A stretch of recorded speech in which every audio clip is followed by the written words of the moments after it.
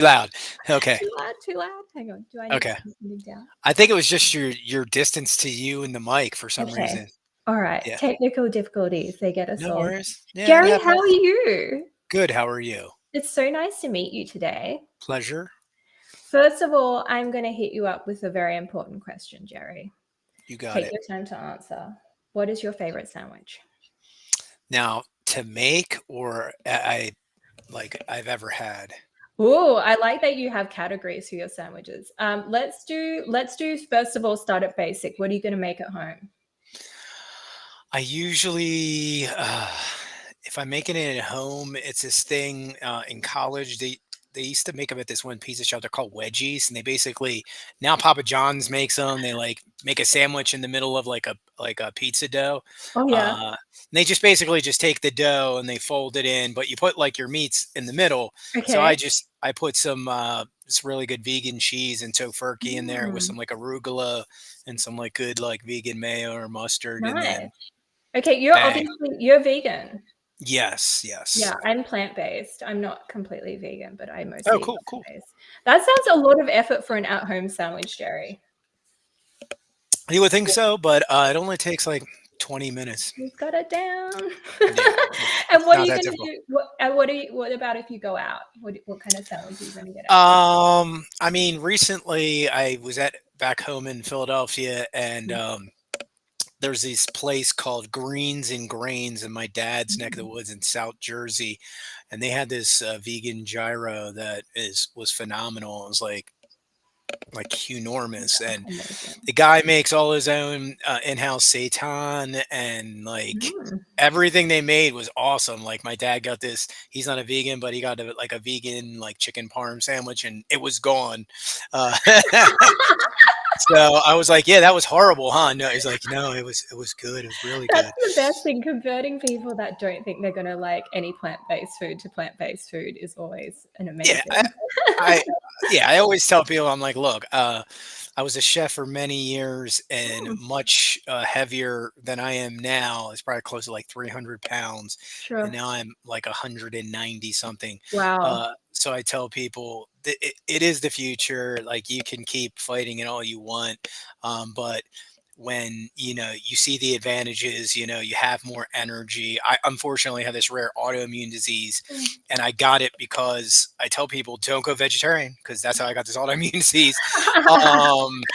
And it's just a fact. Like I overcompensated with yogurt and Mm, pizza and ice cream, and sure. and what people, especially in the United States, what people don't realize that unlike I'm pretty sure in Europe and Australia, RBST is illegal, and all of these antibiotics and hormones that Mhm. American farmers inject into their cows on a like a monthly basis, they Mhm. aren't allowed to do in other countries, Yeah. which is a huge deal. And that I Wow. think is one of the reasons that America had problems with COVID, because Mm, people's immune systems were so low because of ingesting all of this, yeah. over processed dairy and these over antibiotic dairy. Mm, mm. And again, just do it. I tell people just do 1 or 2 months and see how you feel. And if Yeah. you do it right, again, I told my dad when we, are in the middle of that meal, like I was like, Dad, there's like people that do it at like your age, and they're like, I feel Mm, like I'm 50. I feel like I'm 60 again. sure. Um, and it's again, the new thing I've been telling people is that humans were actually designed to live like two to 400 years, and when these raw vegans start doing it over the next century or so, Mm. more and more people will adapt Adapt. to a Yeah. plant-based Sure. diet, whether you're a junk food vegan, a plant-based, raw vegan, whole place fan food, whatever. Like into once you're in the community, you don't realize there's so many different Mm, factions about whatever the case may be. You're going to feel better, and you're going to see your LDLs go down, and that's like the yeah. most important thing you can do to protect your heart, your brain, your Mm. arteries, etc., etc. Yeah, absolutely. I sort of made the change. So I wouldn't say I've cut out all meat, but I only sort of eat meat on specific social occasions. So the rest of the time, I'm pretty much live by an organic almost vegan diet. So I absolutely started doing that because I was very, very stressed last year, and it was culminating in all sorts of ways. So I cut out all meat and all dairy and most grain products too, and I feel a lot better for it. Yeah, I just tell people like, look at how many pills these people take in the West, and I have this really rare autoimmune disease. I tell Mm, people I take some cannabis and ibuprofen, and that's mhm. pretty much it. Yeah, And I don't have these flare ups as much as I used to. yeah, So it's just again, uh, it's not that hard in the 21st no, century. Like it's 20 not. years ago, 10 years ago, it was Yeah, difficult. Now I see vegans and like fighting over, Impossible Burger versus Beyond, meat. And I'm like, this is insane. When I first became a vegan, you would have never heard these arguments. And now yeah, you have people fighting over brands. And again, like my biggest favorite thing from the non-vegans now is they're like, that's processed. And then I show this video, like whichever one crazy one it is. Like the other day I saw this girl, like she's like lives in like London, and she like takes this candy, and it's like she literally takes this sour like tape, and she mm, like unravels that to put around a different sour tape and like make it into this huge pancake, and then she pours this like sour syrup on it and sprinkles and all this, and then she starts to eat it like this is a dinner. And I was like, yeah, and Impossible Burgers processed. Okay. Actually, you Sure. know what? I have a question to ask you on Mhm. that topic. How do you feel about lab grown meat? Oh, again, there will be people that eat it. It's just not for me. Like Yeah. even recently,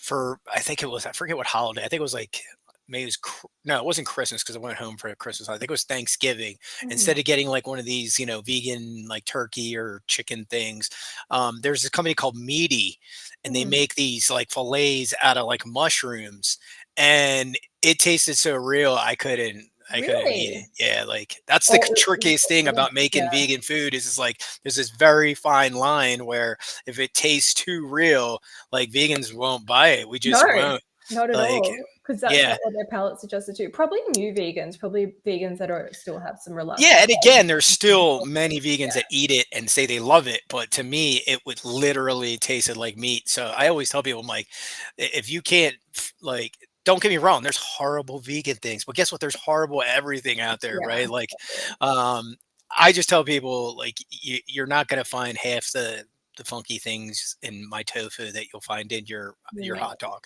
for true. sure. This is just this is just a fact. Oh, so interesting. So, I guess, on a slightly different tangent, how did you get into political science? You have a degree in it. Yeah, so basically went to a school up in north eastern Pennsylvania called the University of Edinburgh, not the University of Edinburgh in the UK, in Scotland. It was named obviously after that. Our team is Mhm, named the Fighting Scots. Is very funny. Place, but I went there for mhm, like 3 or 4 years with the intent to go with a degree, to study politics, study political mm. science. And while I was there, some of my professors were some of the smartest people in not only the state but in the country. And after going there for like 3 or 4 years, it snows there. Like you're right in the snow belt of Pennsylvania, northeastern. Or northwestern Pennsylvania, rather, Mm. and anywhere from 400 to 600 inches a year. And I Wow. eventually transferred down to back to closer to home, and finished out at a university called Westchester University of Pennsylvania. Um, and I just have an affinity for politics in general. And most people Mm, don't realize, people make fun of political science degrees, but when you do study political science, you're not just studying politics, you're studying philosophy, mm, mm, uh, tons of analysis, obviously different formulae, statistics, etc. The mm. list is endless of all the things you have to study. Law, right? Like I tell people, like I probably been to the law library more than most people, Wow. and that are even my age. Mm, Um, mm. For sure. so I again, when you study politics, it's this very broad ranging a group Mhm. of base of knowledge topics that you really have to go through, and you're doing a lot of writing on top of that. So throw English into there too, because Mhm. every professor out there is going like, yeah, I need another paper, need another paper, need another paper. Absolutely. Yeah. And that's pretty much with my last my first couple years and my last couple years, lots of writing and writing and writing. And then I've been doing that since I was a kid. I tell people, and I've been into politics since I was a little kid. The first political action that I ever did, I started petition when I was in second grade.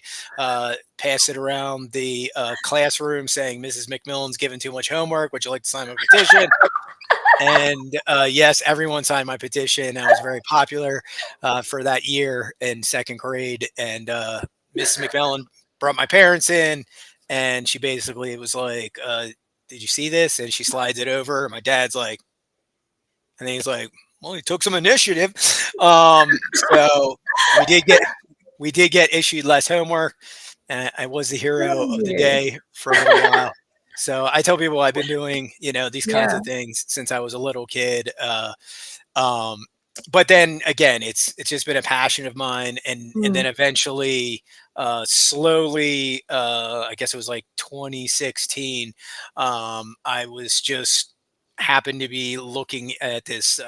I don't even forget. I don't even it was an article, but it led me to this Bitcoin game where it was Mhm. like a dice game or something. It was almost like a game of chance where it was like the system generated a number and then you generated a number, and if your number was higher you won so many satoshis, and then it was like if you get to this many satoshis you can actually take those satoshis and put them in your own wallet. And I was like, oh, that's kind of cool. So I played and I played and I played, and it was at that time it was probably like maybe I don't even know like 40, 30 or 40 cents worth Mhm. of Bitcoin. And I sent it to my wallet. I think it was it got there on it was Christmas Eve of 20, I think 16 or 17. I forget the year. I could check the wallet. But it was like 0.00233412 Bitcoin. And I always tell people it's still the same amount of Bitcoin, right? Let's Mm. be very clear. Think about that. If that was your bank account, it would already be negative like $1,000, right? Right. Because it would have bounced in fees and this and that, and the other thing, because it was such a small amount of money, Mhm. right? Mhm. But it's still the same amount in that blockchain.com wallet um, to this day, right? I tell people that's Right. phenomenal. Like Yeah. that's one of the amazing things about Bitcoin is that Mhm. it's sitting in that wallet unfettered, and it'll probably never get touched because it was my first Bitcoin, and it'll just sit in that UTXO transaction forever. But then fast forward to like 2017, and that 30-40 cents went to like $2 because Bitcoin went to 19,000. And then I literally had bought some Litecoin, and then I bought a couple Litecoin a couple of days after. And Mhm. my three Litecoin, like that cost me like 500 or 600 bucks, uh, went to like 11 or $1,200 in like a week. Mm. And I was Yeah. like, what is this crap? What is this stuff?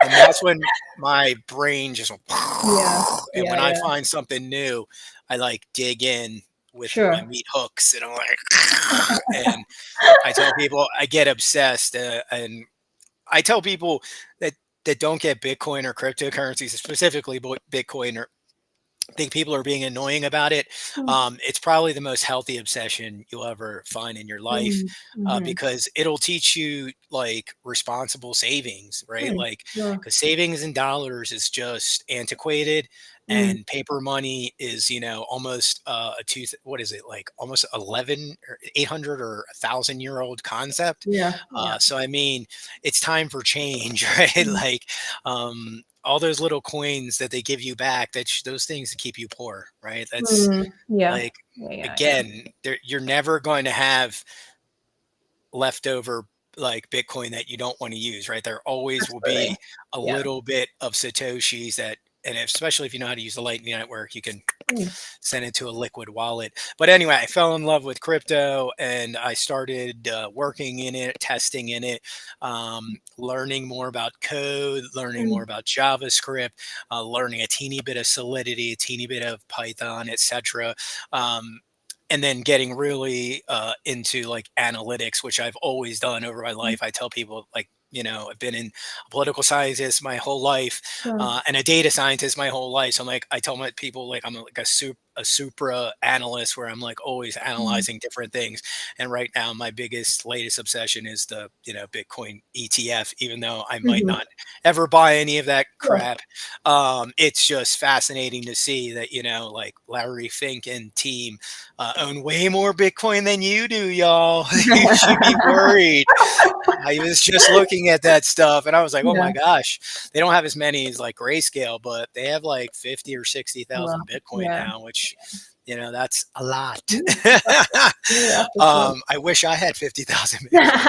Um, um, but yeah, that's my latest obsession is watching. There's all these people who are like, "Oh, it's not doing well." I was like, "What are you talking about? Mm, They're yeah, buying Bitcoin a yeah, lot, yeah, yeah, yeah. Yeah. and you should be paying attention, non-Bitcoin people, Mm, because they're going to give you whatever. I tell people, enjoy your tether, absolutely. because that's what you're probably going to have to play with. And don't get me wrong, I use Tether, I use USDC, but don't save in those things. Mm, It's mm, I mean, obviously, if you're a trader and that's your tool to get in and out of positions, I get that.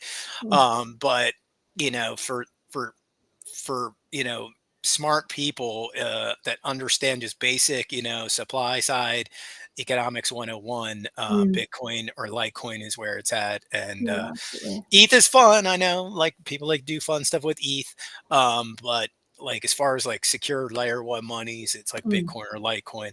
And that's the latest thing I've been doing today. I wrote an article about the top 10 cryptos by like actual like Oh, great.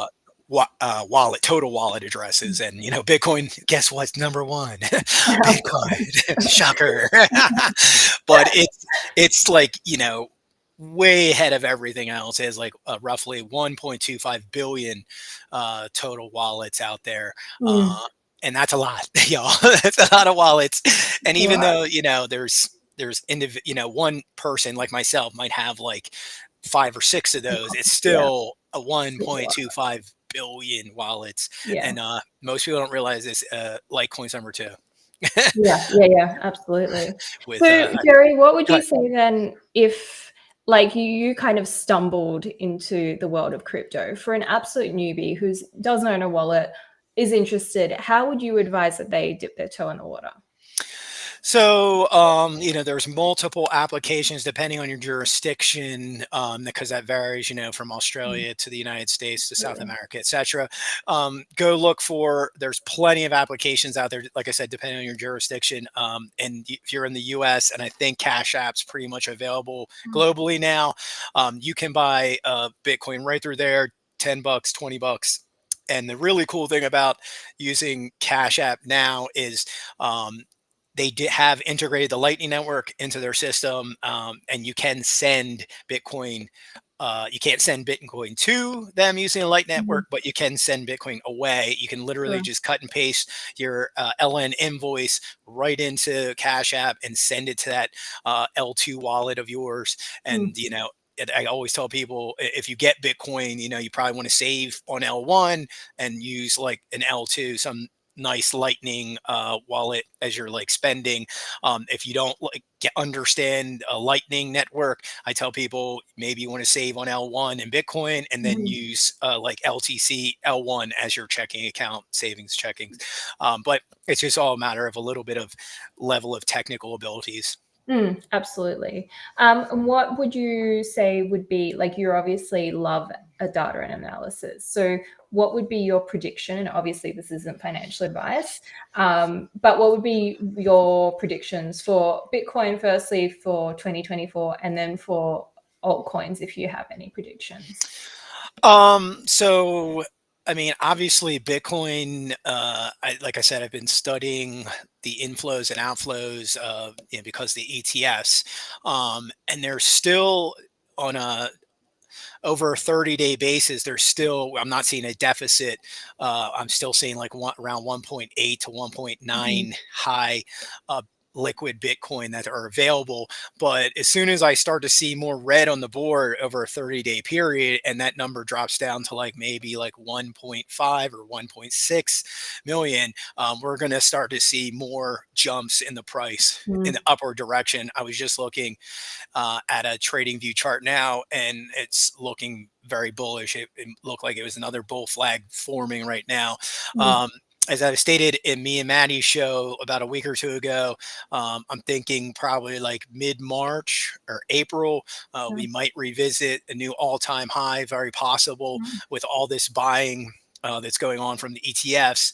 And eventually, as that news spills into the Google verse, right? Like Google just the other day, said, "Oh yeah, Bitcoin ads are cool again, cool, cool." Um, and people start to see those. Yeah. And I noticed it myself a few weeks ago. I've seen more crypto.com ads, more Coinbase ads, which I haven't seen since like 2020, 2021. Mm. So Interesting. they have the marketing budget. Yeah, I'm looking at all kinds of Yeah. weird stuff. No, no, Um, that's a spot on though, Jerry. I always think that the social element plays a huge, huge Oh, role. it's very important. Yeah. These fundamental metrics that people don't look at. Like another one, as I look at, who's hiring. Mm. So Mm. lots of crypto companies hiring, and Link Yeah. is probably out of the protocols I've seen over the last couple of months.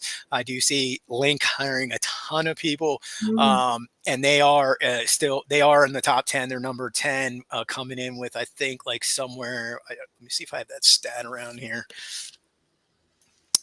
like almost 3 million wallets, total Wow. wallets. So, but Yeah. as far as the total cryptoverse goes, I tell people, let's be very clear. Bitcoin has 1.25 billion total wallets. Litecoin has a quarter of a billion wallets. It's Mm. almost, I Mm. think it's like 225 million or almost 226 million. That's a lot. Yeah. Ethereum has almost 200 million total wallets. Mm. Okay. So just in the top three, they're light years ahead of everything else. Mm. Um, as far as altcoins go, obviously I'm very bullish on Litecoin because Mm. as the price of Bitcoin goes to these insane numbers after the halving, whether it's 100,000 to a million, nobody can really say, but it's going to be at 6 or 7 digit valuations, right? When it hits those numbers, um, the the fees, just alone, the fees are going to probably Mm. be upwards of $100 a Yeah. transaction, somewhere to Yeah. 80 to $100 is my Mm. guesstimate. Mhm. And when that happens, yeah, Michael Saylor, he's, yeah, I have no problems doing transactions. Um, but if you're, me, you, the other, little people just trying to move like $1,000 around, Mm. Mm. that's not feasible at that point Mhm. where it's 10% of your, of your UTXO. So I mean, you're probably going to be like, I'm not going to move that money. I'm going to use Mm. something else, and Litecoin becomes the next clear winner. And like I said, with Mm. almost a quarter of a billion total wallets, there's something going on there, right? People get it. It Really. is fast. It is secure. Is just as easy to use as Bitcoin. Mm. Um, and it's a no-brainer to me. As soon as Bitcoin hits these crazy numbers, you're going to see Litecoin just go like this, Mm. and people are Mhm. like, "What happened?" It's like it's just math. It's Yeah. right. Yeah, yeah. It's people are going to move to something that's easy. A lot of people like Solana, but when I compare those numbers, I mean, Solana still has a lot of people with like, let me see if total wallet addresses for Solana is like almost like 15.6 million. So I mean, Mm. they're number 5, and that's pretty good at number 5. But Yeah, like I it's a said, big gap. it's a Yeah. huge gap. Mm. So as far as other altcoins, I tell people I'm very bullish on a one called Flow. It's Mhm. basically like the improved version of Ethereum. Mm. It's pretty secure. The wallet addresses are very short compared to standard OX Mm. Ethereum addresses. So it's a little bit more digestible for like the average consumer, where it's Mm. just not like all this data is like thrown in your face, where for some people that's just like Yeah, absolutely. It's overwhelming. Yeah. it's too much. Yeah. Um, and they have lots of amazing partnerships, from the NBA to the WNBA to Mm, Disney to, like, the list is endless. So we'll have to see. But I do have a nice little bag of that, and mm. then meme coins. There's a Solana meme coin. Um, they always got to sneak in, right? Yeah. So I had to shut the door. Um, but there's a Solana meme coin called Whiff, and it sounds Okay. like Wef. So I think, yeah, exactly. It's You basically know, dog with hat. It's the yeah, dumbest. okay. It's the dumbest thing ever. But I tell people, somebody who's been studying this stuff for a long time, Yeah. and I study token economics like a dorkazoid, and has less than a billion supply as far as Wow. these meme coins go, like Mm, like Bonk and some of these other dumb ones like Safe mm, Moons, like, have like quadrillion supplies. You're never going to see like any kind of mm, increase in your position unless you're buying like huge swaths of this stuff mm. up, and then it goes up 5 or 10%. Yeah, you make a mint, you get out. Sure. um but this has 999 million. So I tell people, if like Doge kind of money came into Mm. this coin, it Yeah. could go to like $50 to $200, and people be like, Mm. "What?" And it's just math, right? Like, Yeah. Yeah, yeah, it's just absolutely. not financial advice. No, But never. again, it's under like I said, it's under a billion supply. Doge is like 133 or Mhm, 134 billion, and it hit mhm, almost 80 cents. So I tell people, like I said, it could hit $100. Like, I mm. know it sounds crazy, but it could do it, if enough money comes flowing in into Absolutely. that Yeah. market. And the dog coins rule. People Yeah. love the dog That's coins. where the social culture comes into it and influences. Yeah. I invested in all these cat coins in like 2021, thinking, I'm like, oh, the cat coins are coming, and nope, nope, it just didn't happen. That was a big dud for me. But I always tell people, when I made those bets, that's why I'm like $50, $20, a Yeah, hundred of bucks, course. Yeah. because if it's a dud, it's a losing bet. And that's why I always tell people, if Mm. you're gonna get into meme coins, just realize they're like, you're at the track, and it's like the Yeah. Yeah. superfecta, right? Like your win, Yeah. place, show, everything has to be perfect, and Mm. then boom. And people see these, guys that make like a couple $1 million off Bonk, or I think somebody made like a 1.6 million off their Jupiter airdrop today. And it's Wow. like, Yeah. people see that and they're like, oh wow. And it's Yeah. like, it's person, one Absolutely. person out of several hundred million people in Yeah. crypto, right? Yeah. And the media just wants those clicks. So Of you got to course. stay away from that. I think that's one of the biggest problems with crypto, is there's so many fancy shiny baubles that people get distracted at every turn. And that was me for the first like 4 or 5 years, where I'm gonna like keep making all Mm. these bets. And now I've gone away from that. It's like just that Bitcoin and Litecoin. And yeah, do I have a couple of Yeah, of crazy course. long shot bets? Yes, I Yeah. do. Yeah. But they're bets. They're not. I'm not going to hold on to them. Not If the they hit my savings. Yeah. targets, Yeah, they're yeah. gone. And guess what? I'm buying more Bitcoin, more Yeah, Litecoin, and that's just absolutely. how you do it. And No, it I takes a while. It takes diligence and practice, I tell yeah. people. Yeah, yeah. And mistakes. People only see the successes that people have, and they don't see all the past small or large mistakes that we all endure. Yeah, In exactly. crypto. Okay, we're getting close to time, Jerry, but I do have one more question for Sure, you, sure. and I believe this is right up your alley. Who Hmm. do you think is going to win in the American election this Oh gosh, year? Hit me I with this, Jerry. I don't. I really, what's funny is, having a degree in political science, you think I'd be more into politics, but the more you get into Bitcoin, the more, personally, the more I step away from politics, Mm, because I don't need to be engaged in it, yes. because I know they're going to keep printing more money. It doesn't matter if it's the red president or the blue president, Mm, um, or the you president or the me president. It doesn't mm, matter.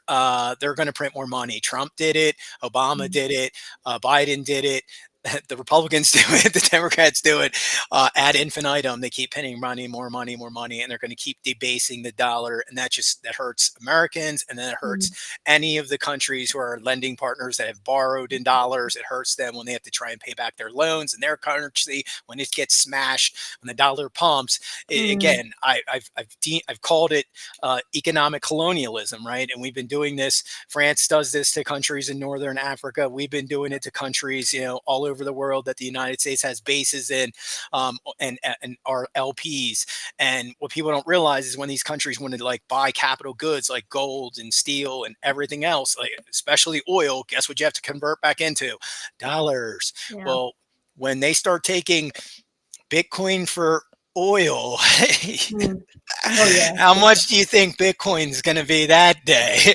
It's Yeah. you want to talk about Omega candle? You're going to see an Alpha Omega candle on that day, Yeah. and that day is coming. Like literally, that day is coming. Mm. Saudi Aramco is about to pull the trigger because they're not Yeah. stupid. They see Larry Fink and Fidelity and all these other investment firms have 50, 40, 30,000 Bitcoin now. Mm, mm. They're not going to miss the boat. They're not Yeah, stupid. absolutely. So they're about to pull the trigger in the next few months. And when they do, they're not just buying like a little bit. And don't Mm. be surprised if they don't market smash buy on like, Binance or something. I would Yeah. not be surprised because Yeah. those guys like people to know that they're in the mix, Yes. right? Yeah, yeah. They don't care like OTC. Nah, they're like, no. They will just Binance, smash buy, Call them 10,000 here. Bitcoin, Yeah. 200,000 Bitcoin. um, and Yeah. literally, I wouldn't be surprised if, a Saudi Aramco or the royal family Mm. purchases somewhere between 50 to a couple 100,000 Bitcoin. And on that day, whoo, Mm. Okay. Bitcoin's Yeah. gonna, Yeah, and yeah, people are like, "What happened? What happened?" Oh yeah. yeah, the biggest oil company in the world just decided to get in the Mm. game. So interesting. I love that prediction. Do you think that will happen? We'll see this year, Jerry? Yes, Mm. I think we'll see it in the next couple months. Woo! I love that. I'm gonna send positive energy towards that prediction. That's a good one. Oh, I you've always been tell people, awesome. if you've ever seen my predictions, like, Yeah. I know people, throw there's always these crazy ends like, oh, I got my 100% predictions. I never say that. Mine are probably like 70% accurate. Mm. But like they're super specific. And when they come true, like people are like, how did you do that? And in some cases, I just been reading the tea leaves for many months. And Okay. in other cases, it's really just an amazingly good guess. Sure. Um, but this one has been in the works for some time. The UAE has just opened up a very large Bitcoin mining farm. And trust me, the Saudi family's already seen it. They like it. They get it. They understand that they can take all this, Saudi Aramco can take Mm. all this gas flare and boom, they can just hook these generators and now they're mining Bitcoin. Wow. And it's literally for them, it's just more money. And Absolutely. that's the next thing that everyone's going to start to realize is that Bitcoin enables this green revolution that everyone's been Mm. fighting off from both sides. And pushing away, and Bitcoin incentivizes this, right? Like, because people don't realize like solar and wind work, they can Mm. generate tons of energy. It's just about storage and transmission that becomes problematic. Mm. When you have these times where the energy isn't being used, but they're generating tons of it, guess what they can do now? Oh, click. We're going to now switch over this power to Bitcoin Yeah. Yeah. mining. Yeah. And now, anytime they're in that deficit time, they're like, they always have funds that they can generate. So Yeah. That's it's wild. literally going to enable this green revolution across the globe. And Wow. we already see it happening from El Salvador to Africa Mm. and, et cetera, Australia as well. Yeah, amazing. Jerry, you've been so interesting today. Thank you so much. You're an absolute fountain of knowledge. I will definitely be picking your brain in the future. Have a Excellent. have a lovely rest of your day, You evening. as well. And what's your cat's name? Wesley Wesley. Wyndham Price. Well, you and Wesley have an Okay. excellent afternoon. Thank you, Jerry.